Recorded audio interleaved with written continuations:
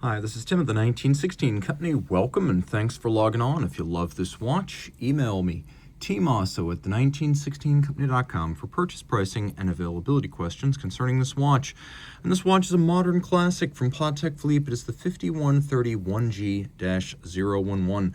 It is the Travel Time, a watch that is in white gold with full bracelet, 39.5 millimeters in diameter, 10.1 millimeters thick, lug-to-lug case only. It's 49.2 millimeters. Add the end links to the bracelet. Total horizontal distance across the wrist is 50.6. It's got a 21 millimeter spacing between the lugs, and it's fairly weighty. I put it on my scale, and minus the tag, it has a mass of 186.69 grams. We'll throw it on my wrist, which is 16 centimeters in circumference, and provides an easy reference point. It's very flat. It'll easily slide under a cuff, but it is broad. So I probably wouldn't want to wear this on a wrist much smaller than mine. There are smaller Patek World Time watches. There's the 5110, for example. And that would be a great choice if this is going to be too big for you or if you feel like you might be borderline. Again, this is 16 centimeters.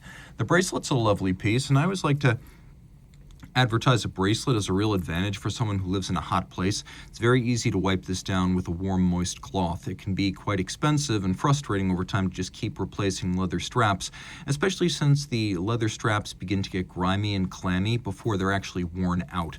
So with a well-vented piece of metal, you don't have that problem. Taking a look, you can see we've got little ceramic spring-loaded pin snaps in here, and that's for a very specific reason. Double folding clasp. As the clamshell locks and opens over the years, the white gold cannot aggress against the ceramic and wear it down, so that's there to maintain the snappiness and tolerances of the clasp mechanism. Calatrava cross on the clamshell lock. You'll also find it on the crown. You'll also find it on the rotor of the case back. A lovely case. It's got a lovely sort of compound curve, bosomy, voluptuous aesthetic to it. It's not about hard angles. We do have the little trigger here, a modification to the original Louis Coutier World Time system, so let's make this very simple. By the way, crown guard structure. Over the years, these have and have not had crown guards, so some people like the guards, some people don't. But let's say we are in Hong Kong, right? So it's now 5 p.m., and we know that because right under Hong Kong we have 1700. We know in La Paz it's going to be 5 a.m. because we can read that time adjacent to La Paz. We have a counterclockwise rotating 24-hour reference ring, 24 reference cities for the world's 24 principal time zones. So I can see that it's midnight in Anchorage, I can see it's 11 a.m. in Cairo, very simple. But let's say I change my reference city. I go from Hong Kong to Philadelphia, which is where I'm located right now. Well, New York's going to be my reference time zone for Philadelphia. So there we go. It's 4 a.m. in Philadelphia and New York City. Very simple. Does all of the math for you. Now, of course, you can adjust things independently of the travel time trigger.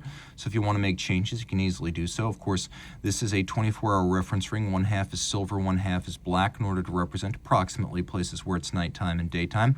We have a lovely rayon style guilloché center with white gold indices and white gold hands. Those being golds, they won't tarnish over time.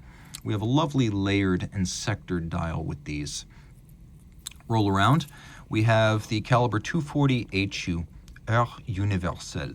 So, as you can see, we have a micro rotor, 22 karat gold with ceramic ball bearings for high efficiency winding of the single barrel 48-hour power reserve, 3 hertz beat rate. You can see here we have a free sprung Gyromax style balance that allows for precise adjustment, but also superior shock resistance.